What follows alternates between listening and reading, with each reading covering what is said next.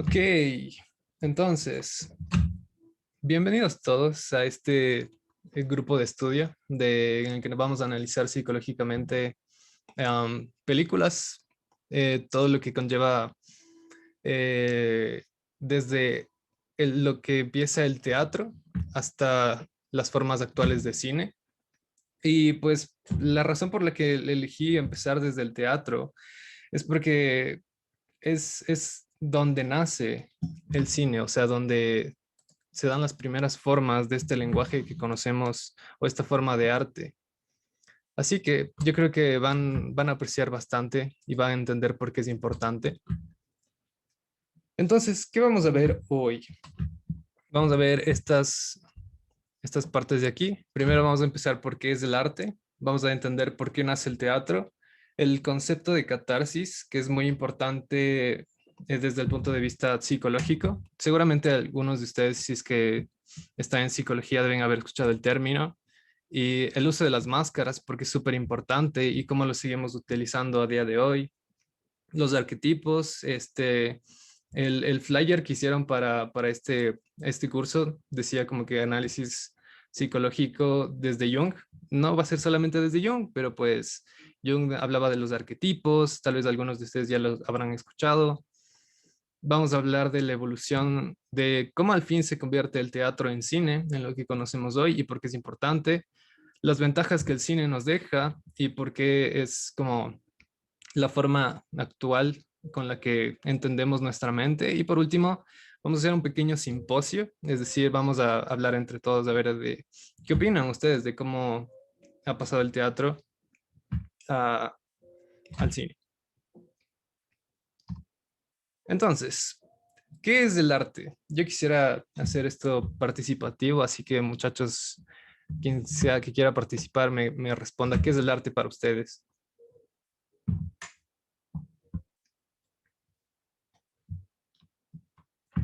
Échense, échense.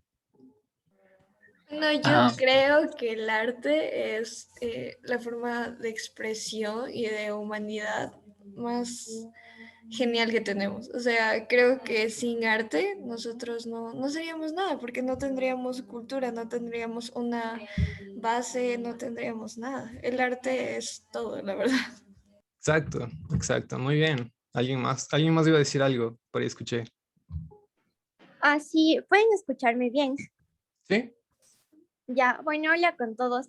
Respondiendo a la pregunta, yo creo que el arte es una de las creaciones humanas más espectaculares que tenemos y creo que es también un canal de expresividad para plasmar brotes de conciencia social y también como haciendo alusión a lo que decía Hegel, que es importante, o sea, la función del arte en sí es hacer una crítica social.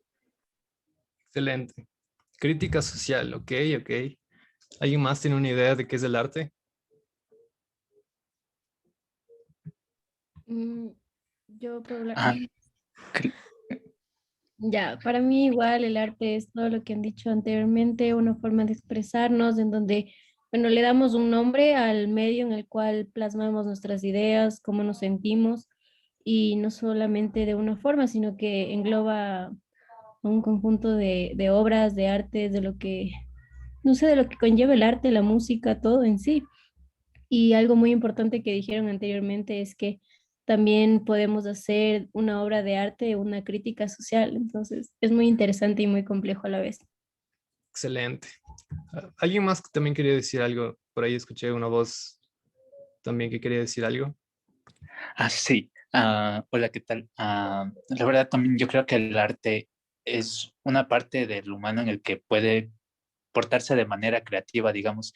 Por eso es mucho utilizar el término de que es una forma de expresión, porque uno cuando realiza arte expresa en el sentido de que puede ser creativo y de que no se pone los límites que, digamos, nos dicen, uno se expresa, porque cuando uno se es creativo, se puede hacer lo que quiera y el arte abarca todo lo que es la creatividad y creo que es una forma de expresión del humano que es muy importante porque igual como creo que dijeron que vamos a ver la catarsis, es una manera como de desahogarse de cualquier represión que tenga y a la vez mostrar belleza, creo, al menos en la mente, mostrar estados de ánimo o mostrar cualquier cosa que venga de la mente en una manera física como podría ser el arte, la verdad creo que es una cosa excelente, genial, a mi parecer. Cool, cool, exacto. O sea, todo lo que dijeron ustedes están en lo correcto, 100% tienen razón. Y ya vamos a ver por qué. Y es porque el arte para nosotros como seres humanos, desde la primera pintura que se hizo, que es esa manita que ustedes ven ahí, que es la obra de arte más antigua que tenemos, es simplemente una mano, pero eso fue evolucionando hasta convertirse en ese dibujo de ese toro, y de ahí se evolucionó aún más hasta convertirse en esos jeroglíficos que vemos ahí, más complejos, e incluso llegó a ser algo tan hermoso como el retrato de Venus que vemos ahí también. Pero pues, ¿a qué nos lleva todo esto? Y es que el arte en sí es un lenguaje como todos los lenguajes que ha hablado la humanidad desde que ha existido. Y pues, ¿por qué el lenguaje es importante para la psicología? Pues ahí está nuestro querido y elegante señor Lacan, que nos va a decir que el lenguaje es súper importante para nosotros porque pues es parte de estas funciones de aquí, de estos registros, como lo llamaba él, donde tenemos el... A ver, déjenme, estaba moviendo aquí. Ya, ok. Para Lacan, el lenguaje es súper importante porque en estos tres registros, yo sé que este es súper complicado a veces de entender porque es bastante complejo, o sea, pero les voy a hacer una simplificación súper fácil para entender esto que la verdad suele costar bastante. Ok, tienes tres registros, lo real, lo imaginario y lo simbólico. Primero, lo real. Lo real es algo que nos es inalcanzable como seres humanos. ¿Por qué? Pues porque como seres humanos solo tenemos nuestros cinco sentidos, o sea, los cinco sentidos básicos del ser humano, y con eso interpretamos la realidad. Pero esa es la palabra clave, interpretamos. Estamos utilizando estos sentidos súper primitivos que tenemos para interpretar la gran realidad que hay. Sin embargo, nunca vamos a poder alcanzar este real, porque primero que solo tenemos cinco sentidos. Imagínense, no podemos, no tenemos otros sentidos con los que interpretar lo real, e incluso con los que tenemos limitaciones. Por ejemplo, la vista, no podemos ver hasta cierto rango del espectro visible, es decir, de la luz. No podemos ver ciertas formas ultravioletas, no podemos escuchar ciertos rangos que, por ejemplo, otras especies sí pueden. Y entonces, ya que lo real no nos es alcanzable, nosotros tenemos esto que denominamos imaginario, lo que nosotros como seres humanos denominamos realidad. Es decir, todo lo que interpretamos con nuestros sentidos súper primitivos, pero para nosotros eso es real, por eso le decimos realidad, porque es lo único que podemos palpar. Y de ahí, después de que nosotros recibimos toda esta información de lo real, que es inalcanzable, y tenemos lo imaginario, que es la forma en la que nosotros lo interpretamos, necesitamos expresarlo de alguna manera para comunicarnos con los demás, para expresar ese imaginario que creamos en nuestra mente a los otros. Y eso es lo que Lacan va a llamar lo simbólico, que son los lenguajes como el arte que ustedes acababan de mencionar. Y pues ahí en el medio de estos tres circulitos está esa A minúscula o alfa, que somos nosotros, que estamos cruzados por todos estos registros de aquí. No sé si quedó un poco claro cómo funciona esto de los registros, porque sé que suele ser un poco complicado de entender. No sé si tienen preguntas.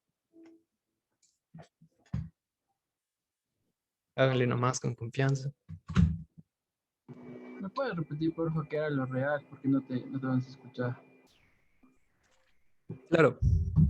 Ok, mira, lo real es donde parte lo que nosotros llamamos realidad. ¿Por qué? Porque lo real es básicamente todo lo que existe, pero nosotros solo tenemos nuestros sentidos para interpretarlo.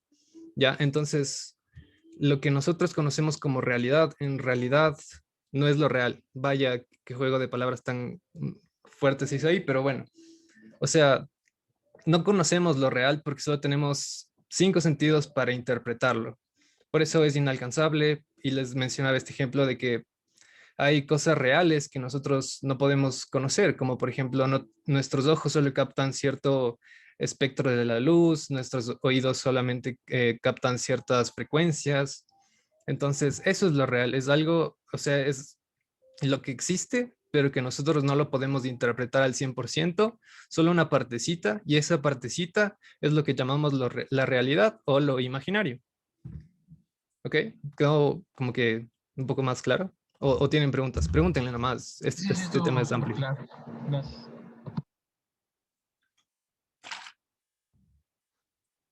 Buenas, ¿alguien más tiene una pregunta de estos tres registros? Porque es súper importante para lo que vamos a hablar después. Bueno, yo no tengo una pregunta, pero no sé si ahí puedo aportar en algo, ¿verdad? También en una clase eh, igual de psicoanálisis de este man, el profe nos había dicho que lo real es eso que no podemos poner en palabras, o sea, que no está ni en el lado simbólico ni en lo imaginario. Entonces nos ponía un ejemplo vacancísimo por ejemplo, como que la muerte, ¿cachas? O sea, digamos, se te muere alguien y todo ese sentimiento que abarca estás ahí en lo real y no puedes expresarlo. No sé, es algo que te deja como que un Deja chance. perplejo, exacto, ajá. Entonces, como no puedes ponerlo ni en palabras ni en lo simbólico porque no hay un lenguaje, o sea, no sabes cómo decirlo ni en lo imaginario porque trasciende eso. Entonces, Exacto. claro, puede ser eso, o sea, esos momentos de la vida en lo que no puedes, no puedes poner ni en palabras ni imaginarte las cosas. Y un ejemplo claro de eso puede Es ser. que claro, no, ni siquiera tienes la capacidad de imaginarlo, puedes, o sea, porque está fuera de tu campo de comprensión, no entra en lo simbólico, que es el lenguaje, o sea, por eso no lo puedes plasmar en arte, no entra en el imaginario, porque ni siquiera puedes tener imágenes de lo que es la muerte, ¿cachas? O sea, porque no lo has pasado, no lo has vivido, no lo has experimentado. Nos es inalcanzable. Pero pues gracias por tu aportación, estuvo súper cool y pues si nadie más tiene preguntas de este tema, pues avanzamos. ¿Seguimos? Cool. Entonces, ahora que sabemos que el arte es un lenguaje, como pues cualquier otro lenguaje, como son las palabras, como, bueno, todos los lenguajes que tenemos, ¿no? Estos cumplen ciertas funciones. Estos son específicamente del arte, o sea, esto se estudia, por ejemplo, si estudias arte o comprensión del arte, te van a decir que estas son las funciones que cumple: mágico-religiosa, estética, ideológica, conmemorativa, pedagógica, de registro. Y este en especial está marcada en rojo porque es la que nos compete, o sea, los que vamos a estudiar en cuanto al cine, que es la función terapéutica o catarsis. Y pues de ahí tienes tu función ornamental y muchas otras más. Pero como ya se van a dar cuenta, la función terapéutica es una de las más grandes junto con la mágico-religiosa, pero las dos van muy de la mano. Y aquí está este grafiquito que encontré por ahí en internet de Julieta Sanchidalgo, que explica bastante bien cómo funciona el arte, o sea, cómo funciona el arte como un lenguaje. Este comunica, transmite, expresa, refleja, pero pues eso lo hacen todos los lenguajes. Simplemente esta forma es mucho más, digamos, más visual, como pues, y también auditiva, como por ejemplo la música, visual también con la pintura, incluso táctil con cosas como la escultura, o incluso como de sentimientos, como un performance. Pero eso nos lleva a la pregunta de por qué nace el teatro. ¿Alguno de ustedes tiene alguna hipótesis o seguramente alguno de ustedes sabe la forma por qué nace el teatro verídica, pero ¿tienen alguna hipótesis o alguna idea?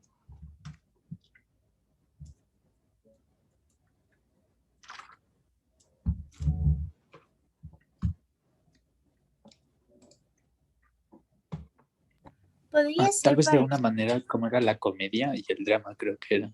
O me imagino como para manifestar algo que ocurría en ese entonces en contexto social. Ok. Sí, sí, de ley tiene mucho que ver. Eh, o sea, sí, lo que dicen está bien y bueno, yo creería también que podría ser una forma de representar eso inalcanzable, como algo de que no es tuyo, pero tú puedes como manejar a tus personajes en esa obra de teatro, o sea, como que tener el control de algo. Ok. Sí, también es como una razón bastante interesante. Tiene mucho que ver igual. Ajá. Yo creo que podría ser el hecho de que ellos también buscaban compartir sus tradiciones y lo que creían, buscaban transmitir la cultura y buscaban una forma en la que las personas lo entendieran y fuera, por así decirlo, más didáctico. Exacto. Sí, full.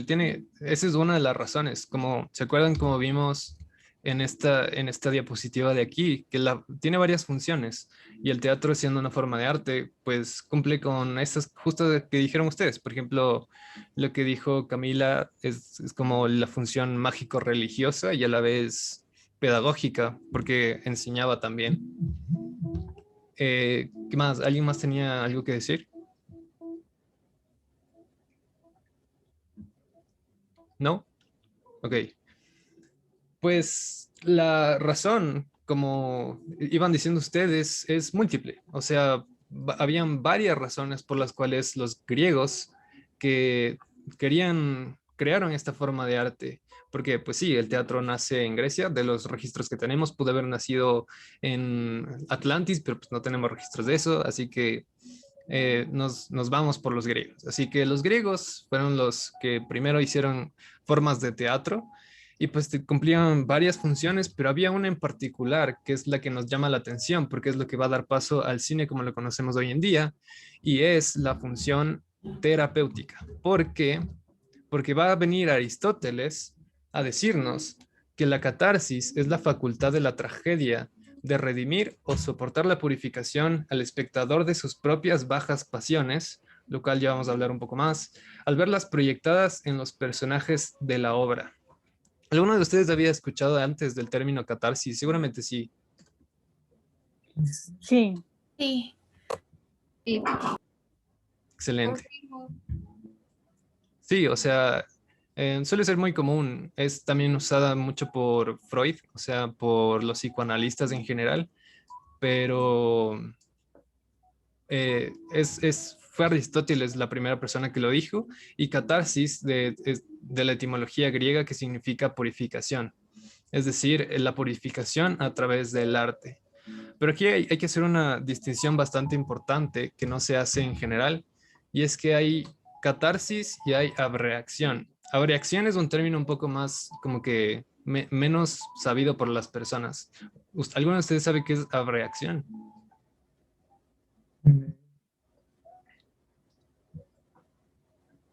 no.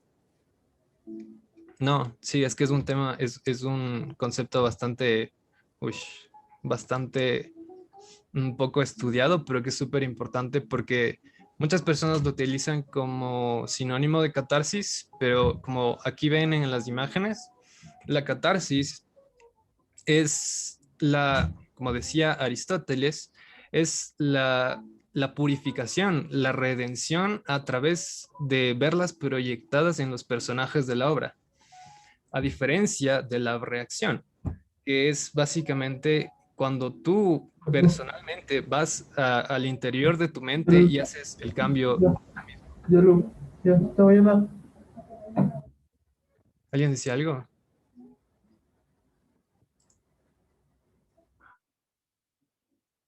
¿No? Ok.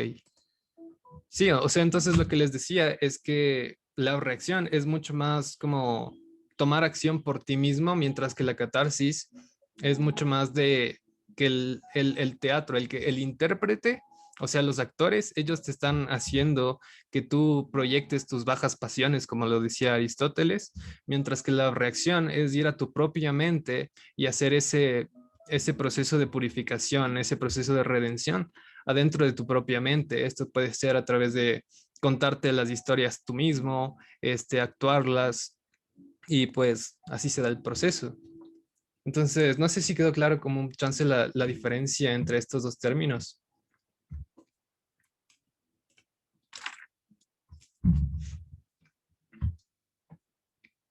Si están escribiendo en el chat, por cierto, no estoy viendo porque por la presentación no me deja ver el chat.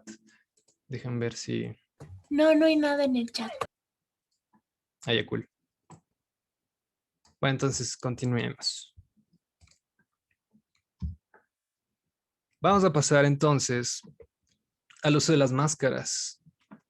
¿Ustedes por qué creen que se utilizaban máscaras en lugar de simplemente actuar como lo hacemos hoy en día? Creo que porque allí era menor temor al juzgamiento y uno tenía tal vez más libertad para poder representar lo que deseaba. O sea, tú dices que tenían más, o sea, menos libertad de expresarse como que como ellos mismos o algo así. O sea, esa es mi teoría. Sí, sí, o sea, es súper válida. Ajá. ¿Alguien más tiene otra teoría?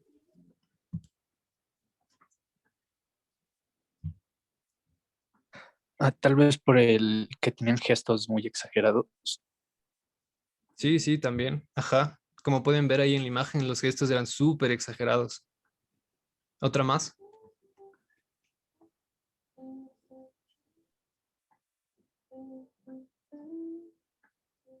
Para representar que era falso.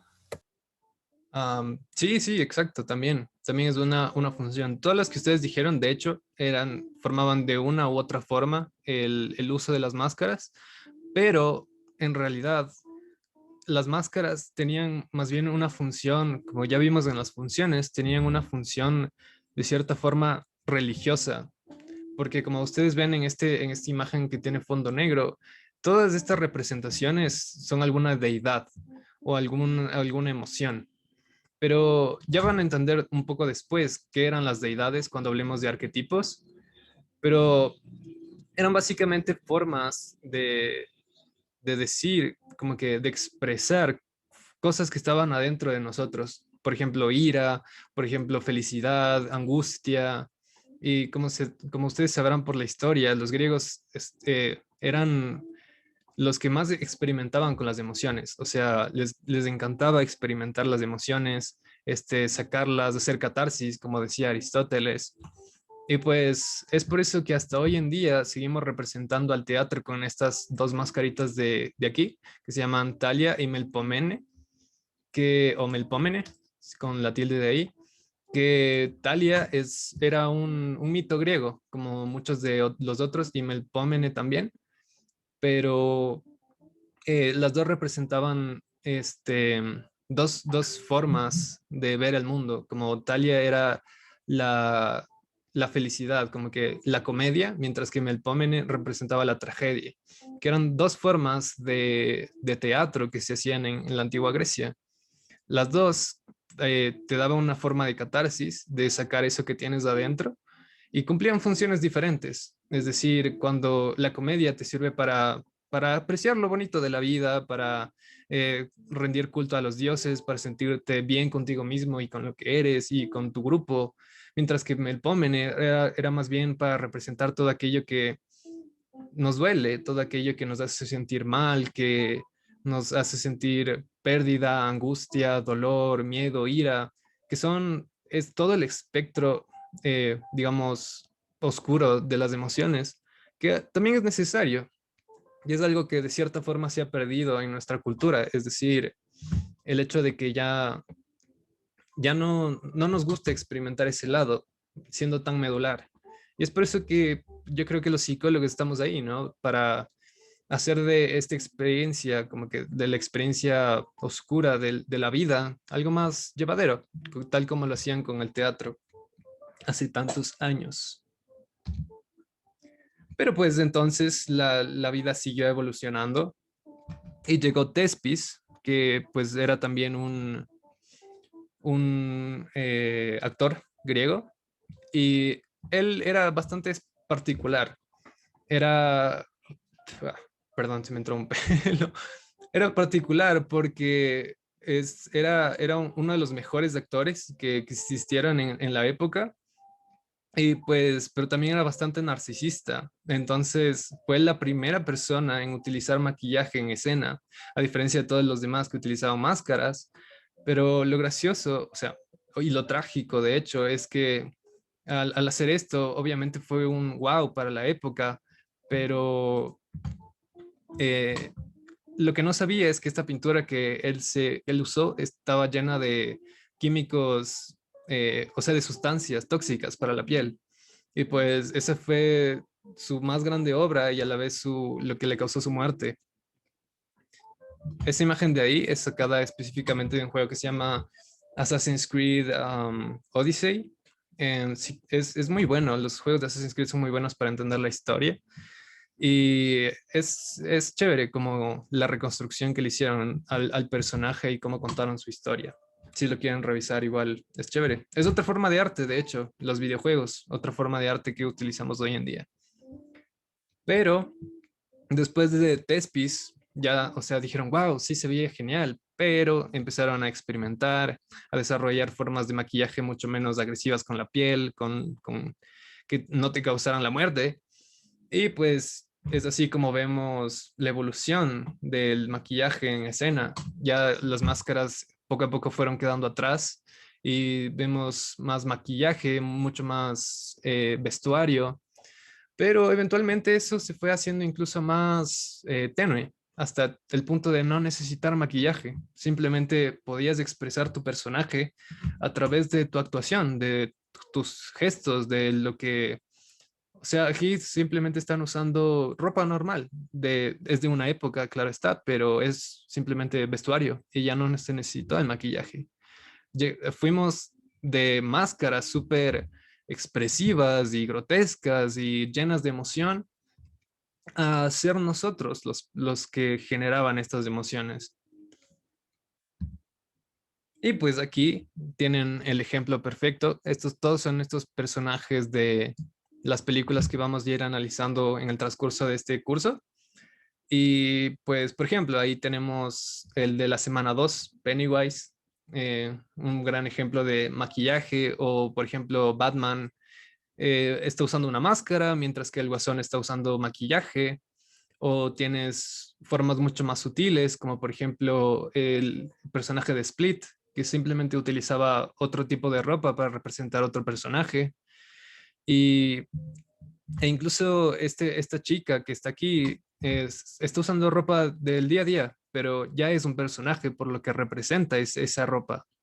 Es muy sutil, pero a la vez hace una diferencia enorme en el contexto de su película.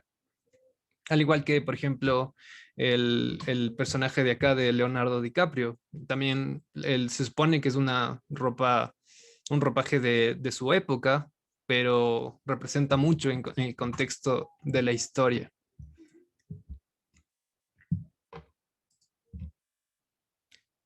Y antes de pasar a los arquetipos, no sé si tienen alguna pregunta de las máscaras o alguna aportación de las máscaras que se les venga a la cabeza.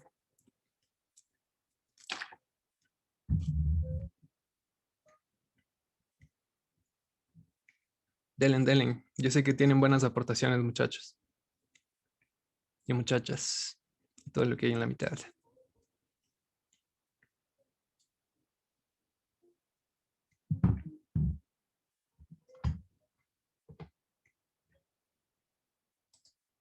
¿No? Está bien, está bien. Espero que vayan pensando en cosillas así que puedan aportar para el final, para el simposio, para hablar un poco de ello. Pero pues bueno, entonces continuemos con los arquetipos. ¿Qué son los arquetipos? Son algo muy crucial para la teoría de Carl Gustav Jung, que es este señor viejito adorable que está aquí en la esquina. Es uno de los psicólogos de hecho, no es psicoanalista porque él desarrolló su propia teoría llamada psicología analítica, que suena parecido a psicoanálisis, pero no es lo mismo. Y ya verán por qué. Porque los arquetipos son algo muy particular en el sentido de que son estructuras que conforman la psique humana. Por ejemplo, aquí tenemos esto que se llaman los 4 arquetipos grandes, o sea, los 4 más importantes. Tenemos primero el ánima y animus, que son 2, o sea, ánima representando la parte femenina y animus representando la parte masculina.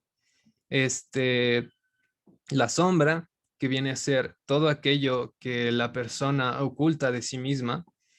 Y esto es muy particular porque cada persona es diferente, cada persona vive en un contexto diferente y por ende cada persona se oculta cosas diferentes.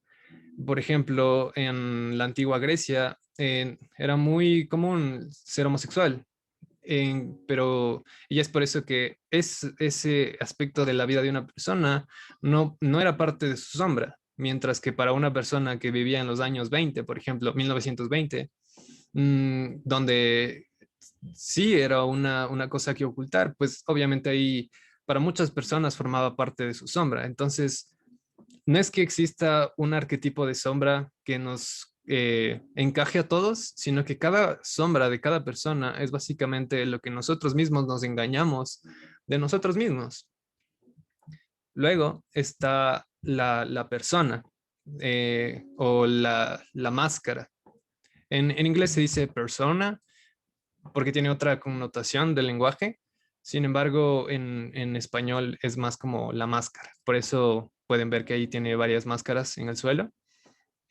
Y esta es la que nos va a importar en particular en este curso, porque es como, ¿se acuerdan lo que estamos viendo? Las máscaras. ¿Por qué son importantes en el teatro y en la psicología?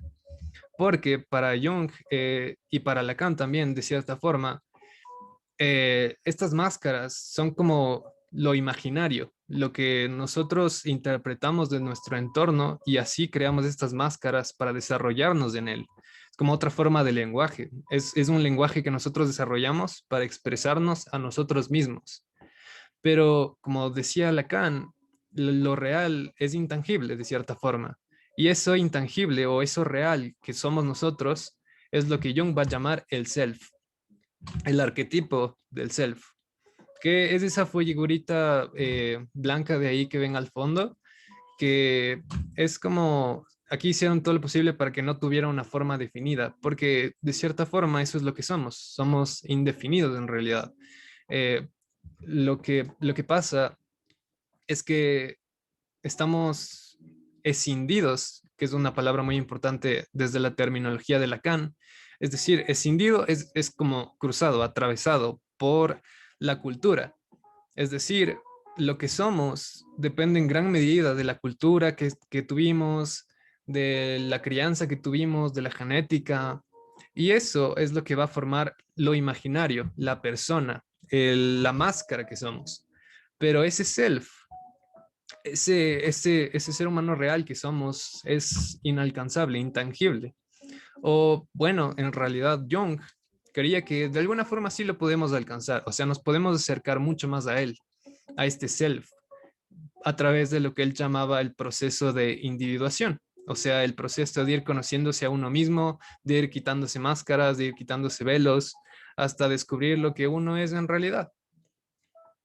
Ahora, este es un poco cargado de información, así que díganme, ¿entendieron? ¿Tienen alguna pregunta? ¿Se podría decir que los arquetipos son diversas personalidades? Esa es una buena pregunta, porque de cierta forma sí lo son. Verás, en la película que vamos a analizar en la semana 6, me parece, Split, vamos a ver cómo se da la personalidad de identidades múltiples, el TID. Así que sí, de hecho, de cierta forma son diversas identidades, diversas personalidades de uno mismo. Pero la cuestión con nosotros, o sea, con las personas que desarrollamos la psique de forma natural, o sea, de forma común, todas estas identidades, todas estas personalidades están mezcladas en una sola persona. O sea, somos como que el conjunto de todas estas máscaras.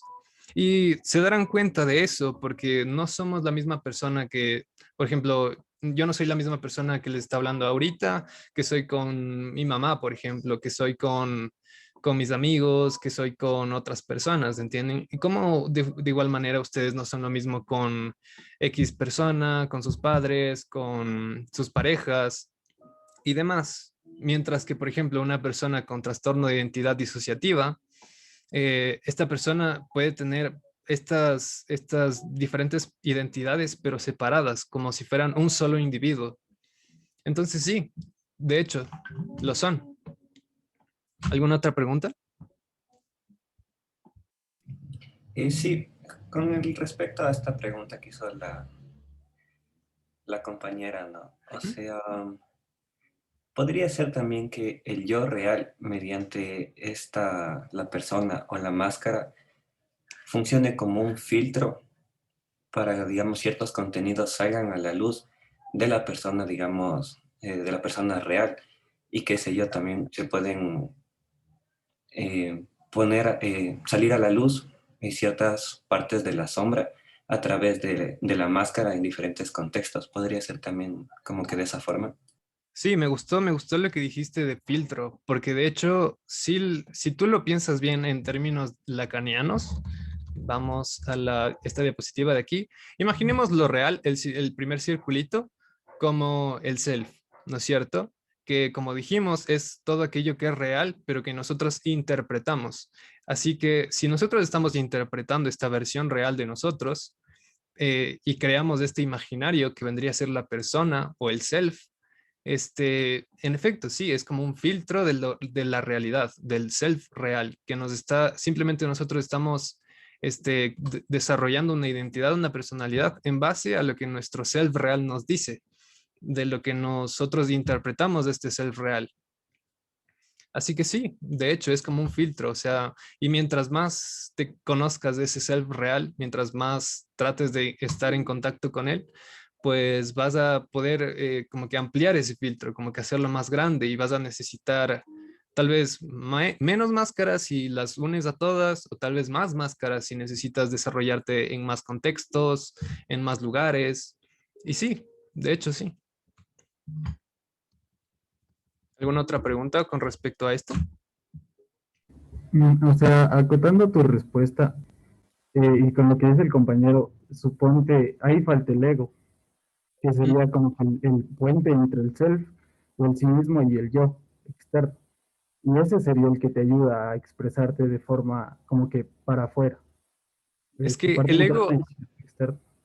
ajá, es que el ego de cierta forma es como que otro nombre que le da Jung a la persona, porque el ego es como un paso más allá. Recuerdan, si ustedes recuerdan, si han visto Freud, el término del super yo, es como que en cambio en la teoría de Jung es un poco diferente, porque el ego es como una idealización de estas personas. Es como llevarlo al máximo, hasta el tal punto de que estás representando algo que ni siquiera eres, es algo que tú quieres creer que eres. ¿Me hago entender?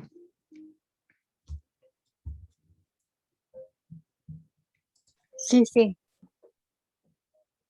Sí, es que aquí en esta mi imagen de aquí hizo falta eso, pero si ustedes, por ejemplo, leen literatura sobre Jung, en efecto van a encontrar el ego, pero el ego es como una máscara, es como una máscara de estas máscaras que tiene la persona, pero es una que surge a partir de, por ejemplo, la cultura o del contexto. Por ejemplo, si es que nuestra cultura nos pide que seamos súper varoniles, ¿ya?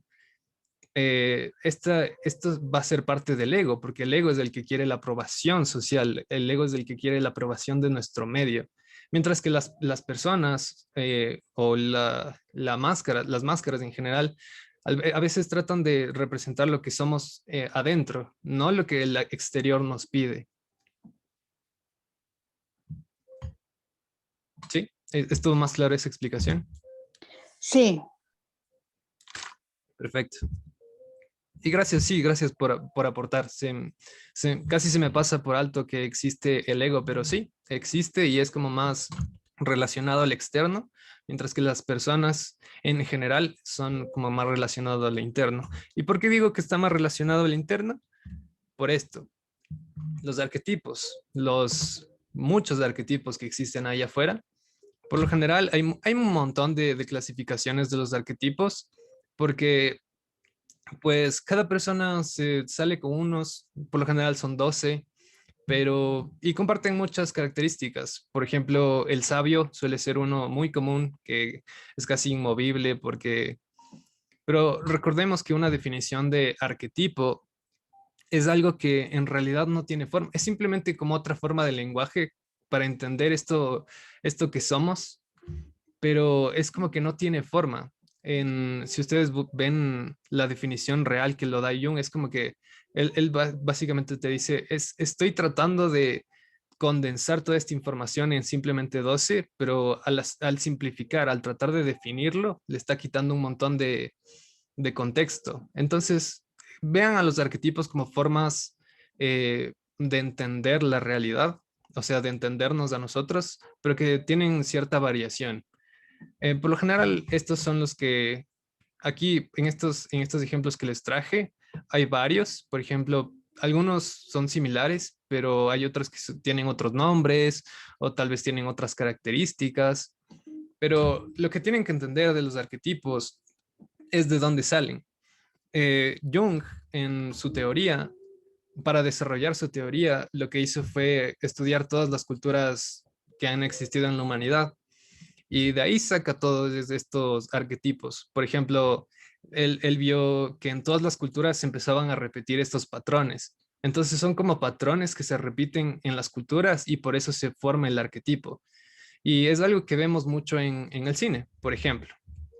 En estas personas que vamos a analizar en el futuro, tenemos una muy común, Batman, está representándonos el arquetipo de la sombra. O por ejemplo, aquí nos está representando en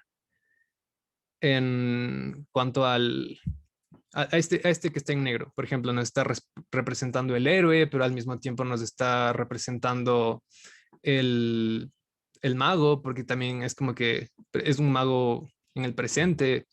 Entonces, es genial esto porque nos va a ayudar a entender cómo funcionamos como sociedad y como seres humanos, pero al mismo tiempo tienen cierta variación. ¿Y por qué Jung se da cuenta de que hay todos estos patrones que funcionan en todas las culturas? O sea, si ustedes se ponen a analizar la cultura griega, la cultura romana, la cultura egipcia, todas comparten estas características, hasta la nuestra. No hay una sola que no comparte estas características. Tal vez con variaciones, sí, pero las comparten. Entonces, esto es porque Jung va a decir que hay un inconsciente colectivo, uno que se mueve, es como un inconsciente que se forma a partir de todos los inconscientes personales de cada humano. Y es como que para entender, porque digamos que ese inconsciente es una representación de lo real que tenemos entre todos. Pero es como que nosotros nos creamos un imaginario entre todos que van a ser los arquetipos para entendernos, o sea, para tratar de darle una definición, un nombre a esto que estamos sintiendo, a cuando nos sentimos dominantes, y ahí sale el arquetipo del rey, por ejemplo, cuando nos sentimos sumisos, el arquetipo de o cuando nos sentimos infantiles, el arquetipo del niño. Cosas así, ¿me entienden? Es como que una forma en la que nosotros pensamos y entendemos nuestra realidad.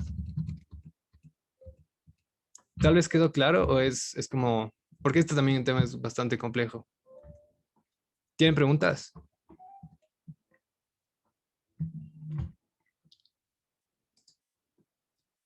Yes or no, my friends.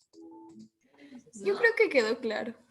Sí, Súper de bien mi parte explicado, por cierto. también, ajá, súper claro. Yay. Gracias, amigos. Gracias por entender. O sea, gracias por el feedback. Entonces, una vez entendido eso, igual, o sea, si a alguno de ustedes les surge una pregunta después, me la hacen con toda confianza. Entonces, como les decía, ¿no? La personalidad es el conjunto de cosas, es el conjunto de varios factores que nos conforman. Y aquí, como pueden ver en este meme de las chicas superpoderosas, somos la combinación de crianza, aprendizaje, genética y en gran parte de los arquetipos que se mueven dentro de nuestra cultura. Porque, por ejemplo, si hay en nuestra cultura, digamos, en una cultura muy machista, está muy presente el arquetipo del ruler, por ejemplo, o sea, el rey.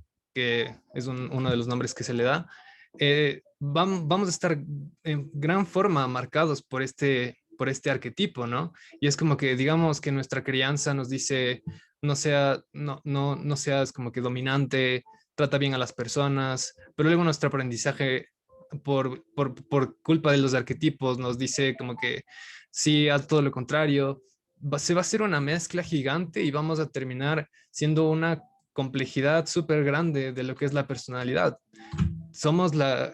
Tenemos muchas partes que nos dicen qué hacer, muévete para aquí, muévete para acá, y pues ese es básicamente lo que somos, ¿no? Una mezcla de muchos factores que nos dan como resultado un collage de muchas cosas. Pero esto, como ven, es complejo, ¿no? O sea, el entender que somos tantas partes de una sola cosa, y es por eso que vamos a tratar de entendernos. ¿Y cómo nos vamos a tratar de entender? Pues sacando todo nuestro mundo interno y plasmándolo en la realidad a través de los lenguajes. Es decir, vamos a tratar de entendernos de todas las formas posibles, a través de la pintura, del arte, del cine, del teatro, escribiendo, y así de alguna forma darle sentido a toda esta complejidad que somos, ¿no? Por darles un ejemplo, las personas en el pasado, si ustedes, o sea, cogen cualquier escritor del pasado y le empiezan a leerlo y cómo él se trataba de entender o ella se trataba de entender, van a encontrar que la forma en la que se entiende a sí mismo, los términos que utiliza, tal vez a nosotros ya no son incomprendibles, pero en ese momento a esa persona le sirvió para darle un sentido a lo que es. Y eso es lo más maravilloso que nos da la vida. O sea, es como, imagínense que de repente su vida volviera a iniciar, pero por ejemplo en los años 20 o en los 1800 o en la época de Jesucristo. No serían la misma persona si hubieran nacido en esa época. Están totalmente cruzados por el inconsciente colectivo de la época, del aprendizaje. Si tuvieran diferentes padres, diferente genética, igual si tuvieran diferentes padres, tendrían otra crianza. Así que esto que son a día de hoy es único. Este puzzle de cosas es único, y es por eso que todos de cierta forma tratamos de entendernos a través del inconsciente colectivo, y es por eso que hacemos películas, ¿no? Para darle sentido a lo que somos hoy en día. Y estas películas van a cambiar, como han ido cambiando a lo largo del tiempo. Por ejemplo, un ejemplo muy chistoso es como que antes nos entendíamos más con Pepe Le Pew, pero ahora ya no nos sirve muy bien para entendernos porque hemos evolucionado, nuestro inconsciente colectivo ha cambiado. Y pues eso, ¿no? No sé si tienen algún ejemplo igual que quieran dar. En realidad tengo una pregunta. ¿Podría ser que los arquetipos pueden transmitirse como de padres a hijos en forma generacional debido a las crianzas y todo eso? ¿Se podrían transmitir o es algo que tenemos de por sí todos? Yo creería que sí, verás, porque, verás, vamos a esta imagen de cuando se está haciendo una persona, ¿cierto? Imagínate que nuestros padres tienen, por ejemplo, nuestro padre tiene el arquetipo del explorador, ¿ya? Y nuestra madre tiene el arquetipo del inocente, por ejemplo, por darte un ejemplo. Si nuestro padre es súper explorador, obviamente nos va a querer llevar a muchos lados, nos va a querer llevar a conocer muchos bosques, digamos, muchas playas, muchos lugares, y nosotros de cierta forma nos vamos a acostumbrar a esto. Yo, por experiencia personal, mis padres no tienen el arquetipo del explorador. Entonces yo me crié como que con películas, ¿no? Con analizar, y por eso creo que mi arquetipo personal es como mucho más marcado, el sabio, por ejemplo. Entonces, por eso mismo, ¿cachas? Entonces, mientras que he conocido personas que sus padres son muy explorador, por ejemplo, y en efecto no sienten la misma conexión que yo tengo a las películas, y su conexión está más bien en explorar, en ir, viajar. Así que yo creería que a través del aprendizaje y a través de de los arquetipos sí se pueden ir como que transmitiendo, pero también obviamente depende de todos los demás factores que están cruzándonos todo el tiempo, ¿no? Por ejemplo, una persona con padres aventureros, pero que detesta hacerlo por simplemente su genética o por sus deseos personales, pues no lo va a hacer, ¿no? Así que sí, de cierta forma sí. Gracias. Ok, ¿alguien más? Sí, no recuerdo si para Jung la personalidad se formaba o ya estaba establecida hasta un límite de edad. Y si de ser así, los arquetipos que la persona puede mostrar en su vida, puede evidenciar a lo largo de su vida, están relacionados hasta el momento que ya se terminó de crear la personalidad o es totalmente independiente. Sí, verás, sí hay, me parece que Jung en específico decía que la personalidad se termina de formar hasta los 8 años. Hoy se tiene como que más o menos como una edad de 12 por ahí, pero en efecto hay un periodo que es súper crucial para el desarrollo de la personalidad, que es como que hasta 8 a 12 años, pon tú. Y eso ya lo vamos a ver mucho más en detalle cuando veamos la película de Split, pero sí tiene mucho que ver, o sea, una persona que en ese periodo crucial desarrolla sus arquetipos de una forma súper eh, poco organizada o si tiene traumas, estos arquetipos pueden sufrir mucho, ¿no? Y puede ser que uno sea muy dominante y puede ser que otros que también son necesarios, como por ejemplo el amante o el cuidador, no estén para nada presentes y tengas como resultado un psicópata. Puede ser, puede ser. ¿Alguien más?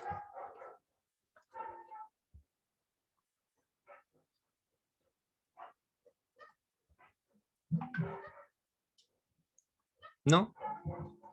Ok. Entonces, ahora sí veamos lo que nos compete, ¿no? La evolución del teatro al cine.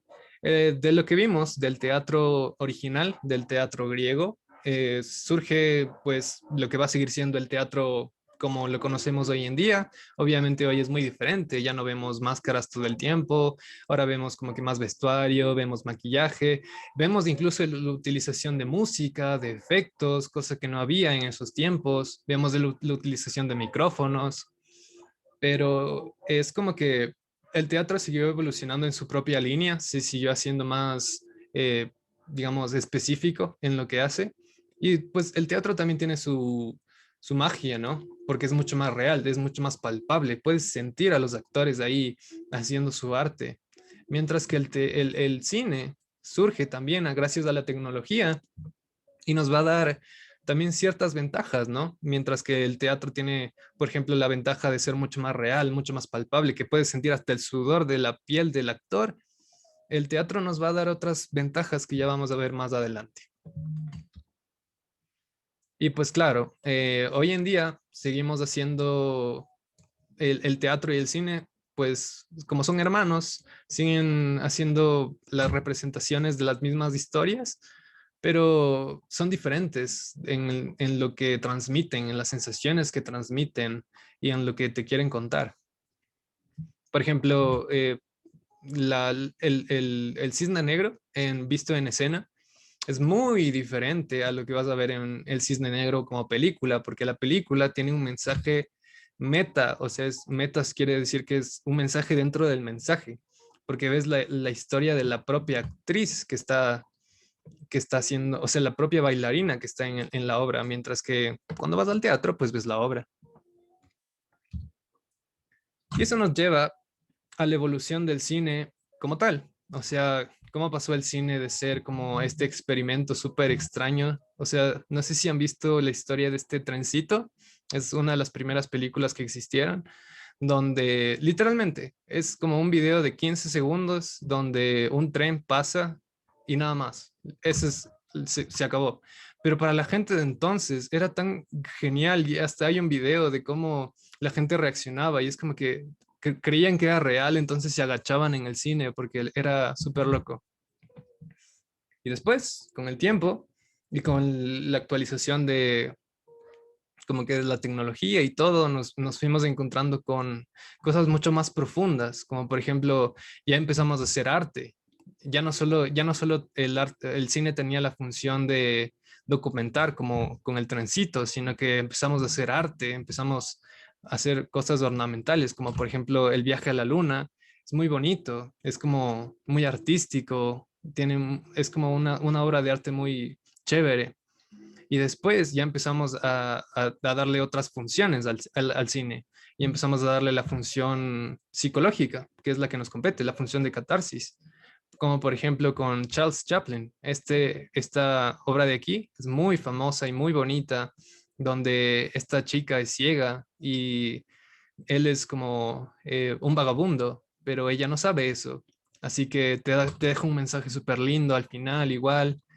Y luego empezamos con Psycho, por ejemplo, una obra clásica de Stanley Kubrick, en la que ya no empezamos como que a ver la catarsis de una forma diferente. Ahora ya se parecía más a la tragedia de la antigua Grecia, donde tú tenías que sentir ese dolor, tenías que sentir ese miedo. Y pues claro, luego evolucionó aún más y tenemos cosas como Pennywise, como en It, donde ese terror se vuelve mucho más palpable porque ya empezamos a desarrollar cosas como los efectos especiales, el CGI y demás. Entonces, ¿cuáles son las ventajas que nos plantea el cine? Como ya les decía, el teatro tiene sus ventajas, como el hecho de que casi puedes tocar al personaje y es como puedes sentir las emociones mucho más fuertes. Sin embargo, el cine también desarrolla sus propias ventajas. Como ya les decía, tienes tus efectos especiales, el hecho de que puedas jugar con el tiempo es maravilloso porque, por ejemplo, en esta película, Memento, literalmente te meten una escena y luego te meten otra y luego te meten otra y es como que están a desorden y luego tú tienes que ir poniendo las piezas aquí y allá y a veces no te da tiempo para darte cuenta de qué está pasando. Entonces tienes la oportunidad de repetir, de pausar, que es otra ventaja súper grande.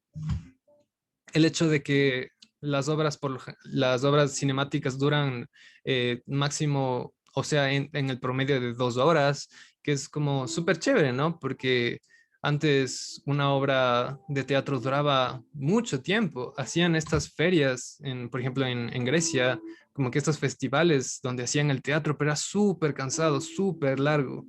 Y ahora ya no tenemos tanto tiempo, ¿no? Para dedicarle tanto al proceso de catarsis, así que la duración nos da una ventaja. El hecho de que tenemos películas en todos lados y muy asequibles, la disponibilidad y la cuarta pared. No sé si ustedes saben cuál es el concepto de la cuarta pared. ¿No es cuando el artista se sale de su papel para hacer algo un poco más personal? Sí, va por ahí. ¿Alguien más tiene un concepto? Podría ser que, a ver, no sé si es que se sale, o sea, del papel, sino el mismo personaje se dirige al público, o sea, no está actuando. Algo así. Exacto, exacto. Puede ser, o sea, puede ser que las dos versiones que ustedes dijeron sean correctas. Por ejemplo, han habido casos donde se rompe la cuarta pared. O sea, este término de la cuarta pared es como que ustedes imaginen un cuarto que tiene 4 paredes. Las 3 paredes, que es como, imaginen un teatro, ¿ya? Las 3 paredes conforman el escenario y la cuarta es la que nosotros tenemos adelante de nosotros. Es una pared invisible, pero que aún así los personajes respetan. Es la que nos divide de lo que está pasando en escena y lo que está pasando en la realidad. Con este concepto de la cuarta pared, en el cine en particular, nos da como una separación súper necesaria porque así la catarsis se hace mucho más fácil de digerir, por ejemplo. Es así que podemos ver obras tan perturbadoras como películas de terror como El Exorcista, por ejemplo, con esta distancia segura que nos provee la cuarta pared. Pero pues también hay películas que pueden romperla para dar mucho más efecto, un efecto más, tal vez más similar al teatro, donde esa cuarta pared a veces también se rompe, ¿no? Y hacen participar a la audiencia. Y Deadpool también, por ejemplo, nos hace participar a nosotros, nos hace ciertos guiños, cosas de la trama y así. Así que también la consideraría como una ventaja. Obviamente hay muchas más, o sea, estoy seguro de que ustedes pueden pensar en un montón de ventajas más del cine. No sé si tienen algún ejemplo ahorita en mente.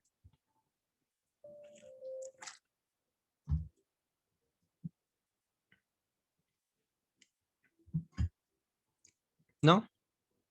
Entonces, ok, pues eso es, muchachos, todo lo que yo les tenía que decir acerca del cine, o sea, de la evolución del teatro al cine y de cómo pasamos de esto a esto. Y pues este tiempo final quería aprovecharlo para hablar con ustedes, para conocernos, para ver qué piensan, para ver si tienen más aportaciones. Así que díganme, échense al ruedo, así. Quien quiera que quiera opinar, que quiera aportar algo, quiera dar sus ideas acerca de lo que vamos a hacer en este tiempo, denle, denle. Yo De mi creo que parte, también... Ay, perdón. De mi parte, muchas gracias por la explicación. Fue un aporte súper, súper importante, yo creo que para cada uno de nosotros. Gracias por cada, por cada duda que teníamos. Yo creo que fue de mi parte, como digo, aclarada. Y una pregunta. Yo también entiendo que la catarsis sucede en la persona, cuando nosotros tenemos que autoexaminarnos y ver qué cosas están mal dentro de nosotros para poder mejorar, no quitarlas, porque creo que cada cosa también, incluso mala, si se puede decir así, o sea, ya es parte de nosotros. Pero también entiendo que catarsis es hacerse una autoexaminación de nosotros mismos. ¿Estoy en lo correcto? Sí, sí, sí, o sea, lo que tú dices, ¿no? Es como soportar esa purificación, o sea, es como, miren, para Jung, por ejemplo, vamos a esta diapositiva de aquí, para Jung, el cine, todas las formas de arte nos sirven en especial para reunirnos con nuestra sombra, o sea, para reunirnos con esa parte de nosotros mismos que nos ocultamos y hacerla nuestra otra vez. Como tú dices, o sea, como que en lugar de negarlas, es aceptarlas. Hay una frase muy famosa de Jung que dice, lo que niegas te somete, lo que aceptas te transforma.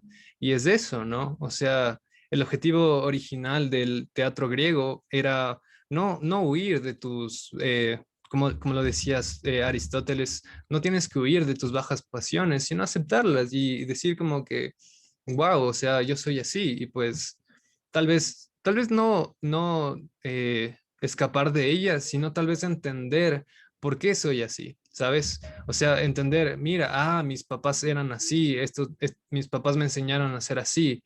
En el caso de un sociópata, por ejemplo, entender que, por ejemplo, es así porque no tuvo afecto en la infancia, porque tuvo mucho maltrato y hacer eso, aceptar ese hecho y hacerlo parte de ti otra vez para ser un ser humano completo y acercarte cada vez más a ese concepto de self, que es básicamente lo que somos en realidad, ¿no? Un ser humano completo, holístico, que no se esconde detrás de máscaras, que no se esconde de su propia sombra.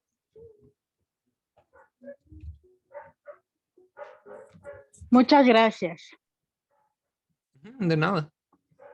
¿Qué más? ¿Alguien tiene alguna otra pregunta, alguna otra aclaración, lo que sea? Sí, disculpa.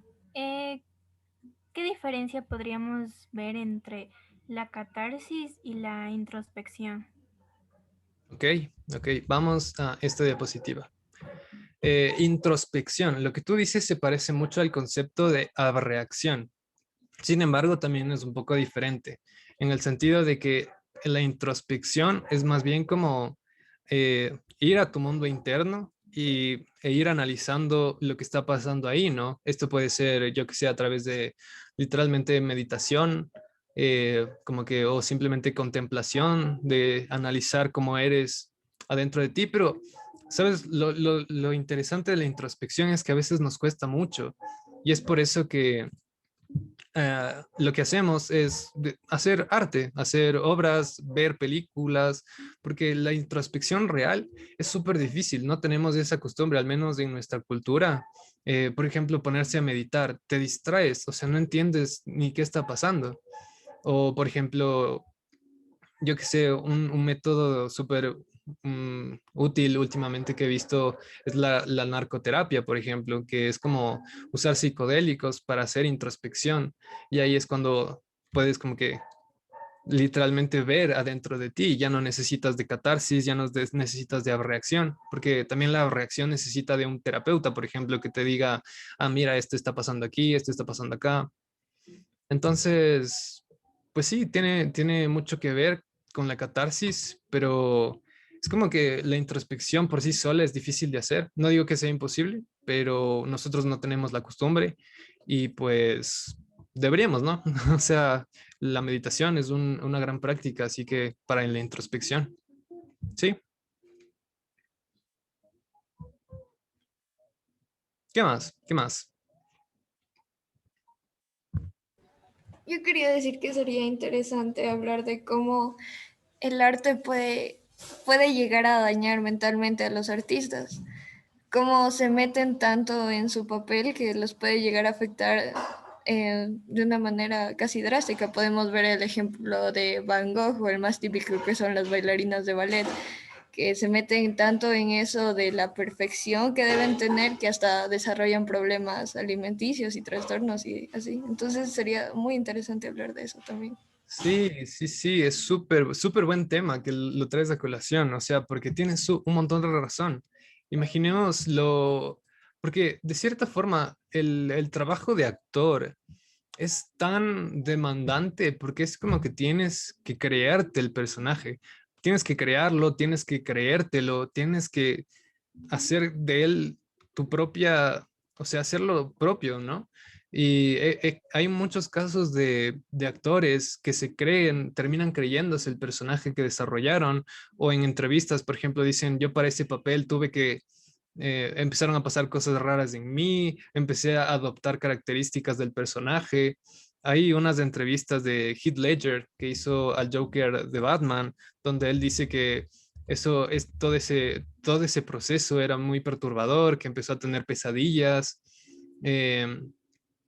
Otros actores que han hecho personajes súper perturbadores, como por ejemplo el de Pennywise, igual cuenta que es súper demandante, que te empiezas como que a sentir que te vuelves loco, que, que estás pasando por un mal momento. Es que imagínense, o sea, si ya nosotros de por sí estamos pasamos muchas veces por ansiedad, por depresión, por cosas así, por no entender los que somos nosotros, o sea, los que están saliendo de nuestro self real.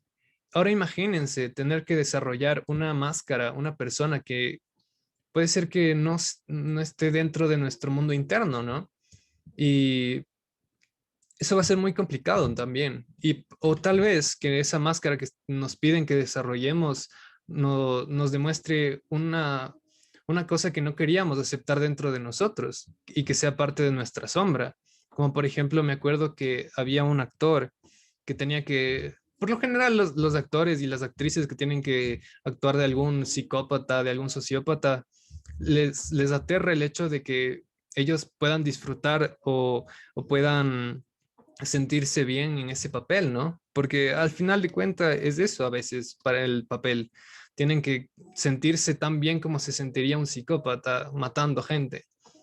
Y eso es bastante maravilloso lo que dijiste. O sea que en serio, hacer un papel te puede llevar a lugares muy interesantes de tu propia mente. En psicología hay esta práctica la terapia a través de la actuación. Ahorita se me fue el nombre, pero es El básicamente psicodrama, ¿no es? psicodrama, exacto, exacto. Gracias. El psicodrama es básicamente hacer una reinterpretación de personajes de tu vida. O sea, bueno, al menos una de las formas, ¿no?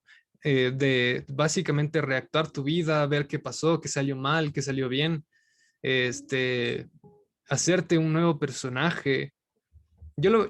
También si lo vemos en cuanto a los videojuegos, muchas veces, si ya nos damos cuenta de estos arquetipos, de estas máscaras, nos podemos dar cuenta que tal vez si no nos gusta la persona que estamos siendo, la máscara que estamos siendo hoy en día, tal vez podamos coger una de estas, aprender de él, desarrollarlo y crearlo una nueva, ¿no? Una que con la que nos sintamos mucho más cómodos en nuestra propia piel. Por ejemplo, yo he hecho eso varias veces, desde que empecé a leer a Jung, desde que tenía 12 años.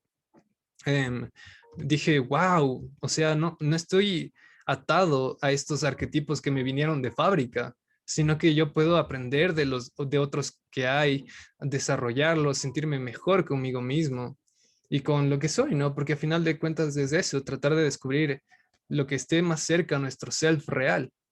Obviamente es inalcanzable, al menos yo creo que es o sea, la totalidad de este self tal vez es inalcanzable, estamos en un proceso constante de descubrimiento y para cuando ya muramos, sentir que la versión que alcanzamos, la versión más actualizada de nosotros sea una que nos guste, o sea, que con la que nos sintamos a gustos en nuestra propia piel.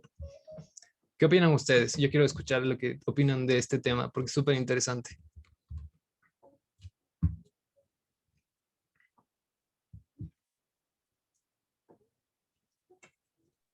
Yo creo que es interesante, pero es un chance complicado. Es precisamente el hecho ese de ir hacia adentro y de conocerse a uno mismo. Entonces, no sé, a veces encontramos cosas personales con las que chocamos, con las que entramos en ese estado de negación, tal vez. Pero también de la misma forma encontramos esas sincronicidades de las que también habla Jung con la intuición y esas cosas. Entonces es súper brutal. Pero como te digo, a la vez es complicado. O sea, nunca vamos a terminar de conocernos a nosotros mismos, o eso creo, no sé. Pero es un proceso complicado. Y el aprender, como tú decías, de los otros arquetipos o máscaras o algo así, sí resulta interesante. O sea, para, em, no sé, tomar lo mejor de ellos, tal vez. Exacto. ¿A quién no le ha pasado que ves un personaje en alguna serie, en alguna película y dices, wow, yo quisiera tener esas características o yo quisiera tener una parte de esa persona y de cierta forma, o inconsciente o inconscientemente, lo integras a tu personalidad porque con eso te sientes más cómodo, ¿no?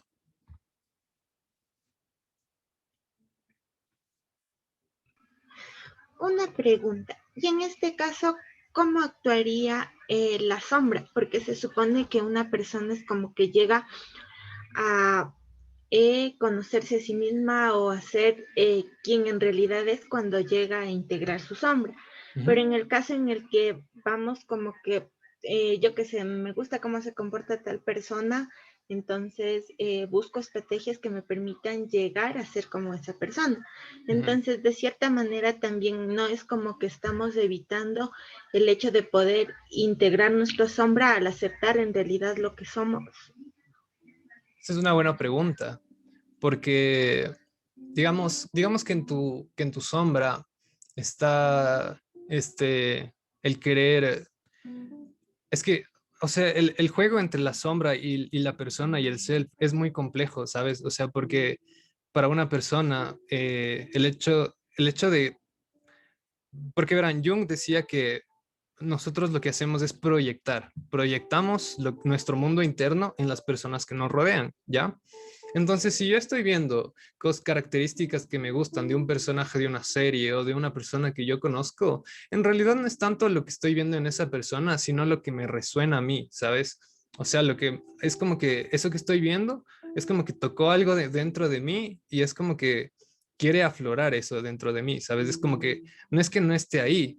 Si es que no estuviera ahí, si es que no estuviera dentro de ti, no fuera auténtico a ti, eso sería un ego, ¿cachas? Desarrollar una máscara desarrollada para el exterior y no para el interior. Entonces ahí tal vez desarrollarías, junto con este ego, también desarrollarías una sombra, porque estás negándote lo que tú eres. En lugar de ir a lo que se siente auténtico contigo, estás creando un ego para caer bien en la sociedad. Y ahí es cuando se empieza a crecer esta sombra.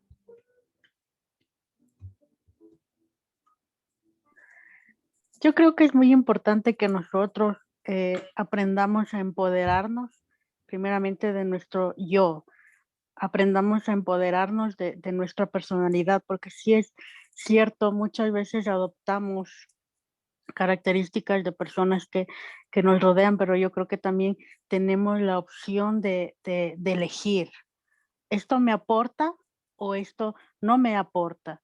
Entonces yo creo que tenemos esa opción. En mi caso, también como estudiante de psicología, tuve una situación familiar y no sabía cómo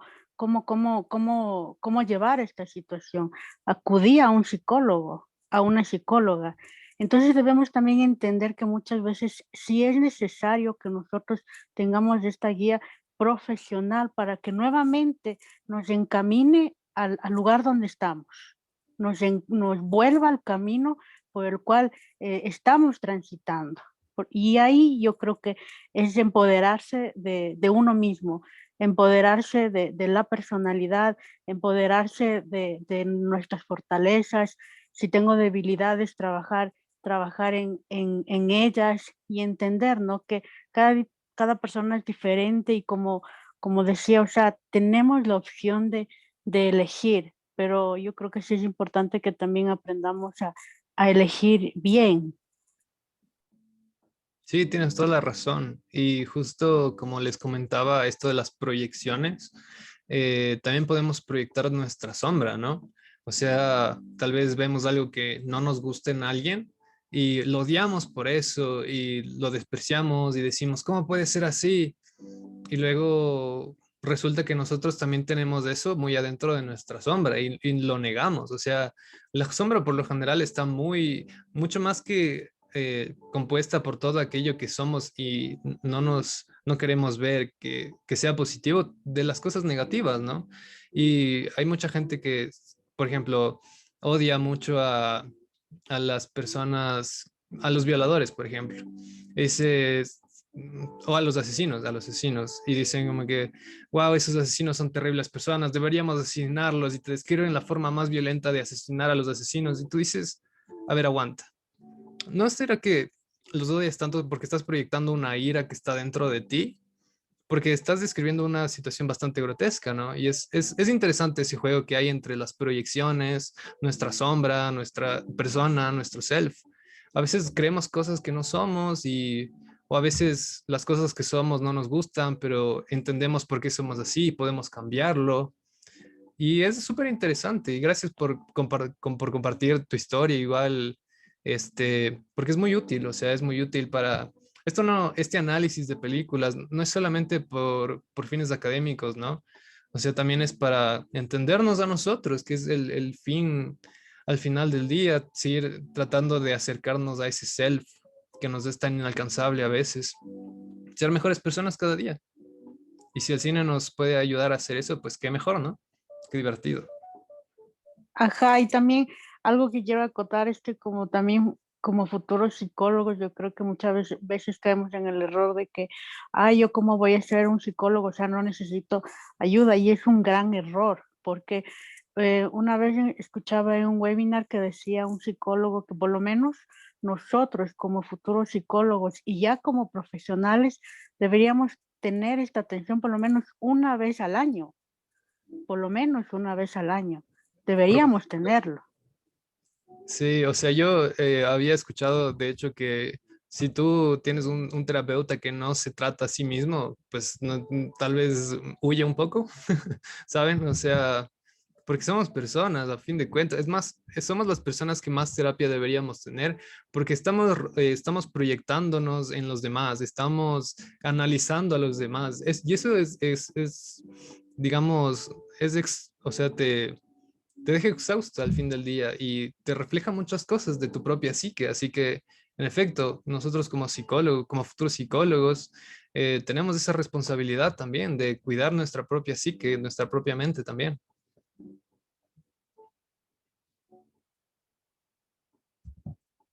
¿Alguien más tiene algún comentario, alguna pregunta final para ir cerrando? Sí, yo. Bueno, de hecho tengo una pregunta y dos aportes que surgen de toda tu presentación. Bueno, Dale. la primera es la pregunta, o sea, porque sabíamos que estaba el inconsciente colectivo ahí, pero o sea, o sea, full interés cómo cambia cuando lo vemos desde otro enfoque. Entonces, mi pregunta es si podríamos considerar al inconsciente colectivo como un repositorio de toda la información de la historia de la humanidad y que el cine, toda esta industria, se inspira en este repositorio para hacer todas las obras. Podría ser que sí, pero tienes que tomar en cuenta que el inconsciente colectivo es como, sí, de toda la historia de la humanidad, pero es como que también existen inconscientes colectivos por épocas, ¿no? O por culturas, por civilizaciones. Entonces, por ejemplo, si tú te pones a analizar el cine que hacemos hoy en día al cine que hacíamos antes, puede ser que hay muchas similaridades, porque el inconsciente colectivo es lo que es, ¿no? Somos humanos, no podemos esperar que sea tan diferente, pero sí hay diferencias. Es como que puede ser que algunos arquetipos sean diferentes, otros que ya no se usan ni siquiera.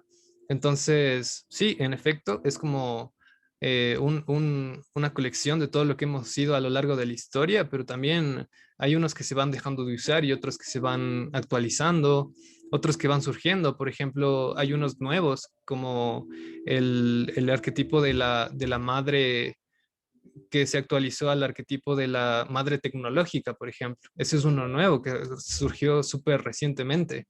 Entonces sí, tienes razón, pero también hay variación en cuanto a las épocas. Ya, perfecto, gracias. Y bueno, otra cosa que también, ya, pero bueno, es más aporte subjetivo, es que creo que es importante traer a la mesa la pregunta que qué hace posible que sintamos y que conectemos con el cine. Y aquí es donde, porque a mí me fascina el campo de las neurociencias. Entonces, ahí va como otra pregunta, ¿cuál es el mecanismo neurobiológico que nos permite entender el cine? O sea, ¿qué es lo que nos hace, por ejemplo, cuando vemos la escena del Titanic y realmente nos emocionamos y muchos, o sea, hay diferentes respuestas como emocionales. Y aquí es la importancia también de, por ejemplo, de las neuronas espejo, porque estos propician como la imitación de los demás gestos y emociones que reconocemos en los demás. Sí. Y también, ya para como cerrar, me gustó mucho también lo que abarcaste de los beneficios del cine y creo que uno que tiene, o sea, es muy fundamental, creo que es lo que nos lleva a la reflexión, pero lo más interesante que cómo se da esta reflexión de acuerdo a los esquemas mentales que tenemos. Y menciono esto porque, por ejemplo, cuando salió esta película del Joker, conversábamos con mis amigos y unos pensaban, sí, es una forma de que el director trata de romantizar el asesinato, el crimen, por ejemplo. Otros decían no, que es una forma de crear como brotes de conciencia social y de crear empatía con las personas que tienen un trastorno mental, que lamentablemente son muy estigmatizadas y excluidas. Y otros, por ejemplo, que veían al Joker como, porque ocasionó protestas sociales y lo veían como un ícono que era revolucionario. Entonces, eso sería por mi parte. Súper bien, súper bien. Me encanta que también traigas a colección las neurociencias porque sí, o sea, una parte de nuestro cerebro que se llama la... uy, se me acaba de ir el nombre, muchachos, lo tengo en la punta de la lengua, pero es la parte que dirige nuestra atención hacia lo que nos es relevante a nosotros como individuos. El sistema de activación reticular, sí, el sistema de activación reticular es un complejo en nuestro cerebro que dirige nuestra atención hacia donde nosotros tenemos que prestar atención porque nos es competente a nosotros. Esto quiere decir que por eso, para ti puede ser que el Joker sea una figura social, para tu amiga puede ser que sea un psicópata, para tu amigo puede ser que sea una romantización. Es porque nuestro sistema de activación reticular pone atención a la que nosotros nos puede dar información relevante de nuestro propio inconsciente, de nuestra propia psique. Esto lo puedes buscar en libros y cosas así también. Es como la parte, porque por ejemplo es como todos tenemos diferentes percepciones y vivimos vidas diferentes, obviamente no ponemos atención a las mismas cosas. Esto lo puedes ver en el sentido de que dos personas viendo la misma película se llevan diferentes mensajes, y es porque a mí no me va a servir el mensaje que te quedó a ti, ¿no? Para eso tenemos eso en nuestra cabeza que nos dice, mira, esto para ti es importante. Así que sí, gracias por esa mención. Y creo que, de hecho, ese es todo el tiempo que tenemos por hoy, muchachos. Gracias por aportar, gracias por conversar y por dar sus acotaciones súper interesantes. Hicieron esto una experiencia súper épica. Y pues, por mi parte, yo les agradezco muchísimo por estar aquí. Y nos vemos en la próxima. No sé si tienen comentarios finales o algo para ir cerrando.